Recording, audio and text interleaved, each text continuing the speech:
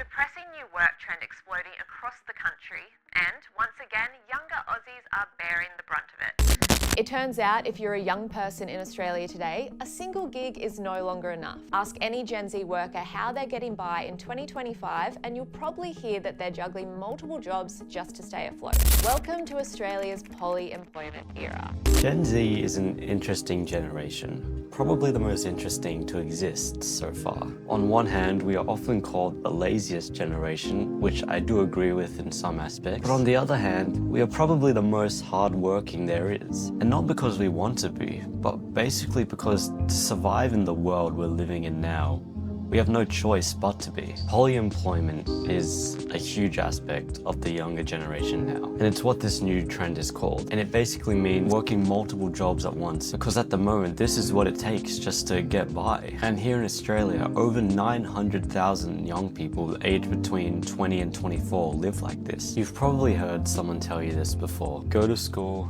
get good grades, go to university or college, get a degree, and you'll be set for life. In a nutshell, it's basically like get an A+, memorize this concept, get an A+, and you'll be settled for life. But that's just not how it works anymore. And I'm not saying that high school and university is completely useless. Like, I get it. Education is really important, probably one of the most important things. I enjoyed most of my time at high school. I'm in my first year of uni now. I'm really enjoying it. Ultimately, both of them are good places to make friends and build lifelong connections, friendships, and skills, and learn to work with others as well. However, the default notion that going to school or university and then getting good grades is going to set you up for life, that's just way outdated now. Most of Gen Z has done that, and yet we're working 40 to 50 hours a week, only being able to rent a small apartment and drive like a 20-year-old car. Like, it doesn't make sense. Slaving away to 9 to 5s, probably multiple jobs, just like I talked about before. Probably having to pay off a bunch of student debt as well. Gen Z is working to stay alive, not to live. For example, in the US,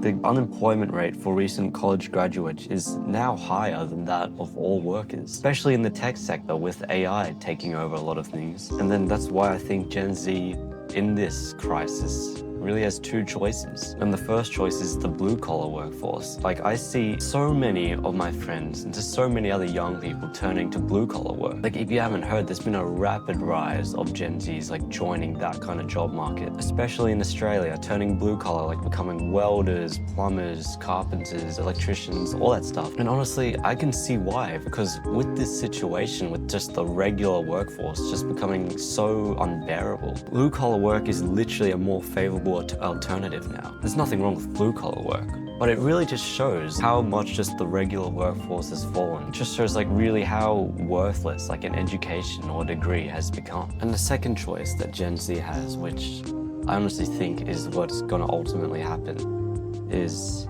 Gen Z is gonna have to create new and creative ways to make a living. And this is part of the reason why I started this channel in the first place. Like, yes, I do like making content, but I don't want to spend the next 40-something years of my life just working, slaving away to the 9 to 5. I really don't want to live that life. I don't want to have a job and have to rely on leave or sick days in order to get a rest. I don't want to be controlled by that. So that's why I do hope in the future that content creation can end up supporting me full time. And that's what I'm definitely grinding and aiming towards. And not only that, but just making these YouTube videos in the first place, these videos that like barely get any views, it just forced me to learn so many new skills creating this YouTube channel. And that is ultimately what you want in life as well, building skills. So I feel, or I hope, that through this work crisis, through this growing work situation for Gen Z, Gen Zs are going to be forced to build the skills necessary to get by without having to survive off a 9 to 5 grind. They're going to have to build the skills to be able to get by without being forced to work 60 hours a week or be like wage slaves to the system. We're going to find a way. This is why Gen Z is already considered like the most entrepreneurial generation out there, because we have good reasons for it. Because the systems that once worked for our parents and their parents before them just doesn't work anymore. It's not the 1950s where we can work one job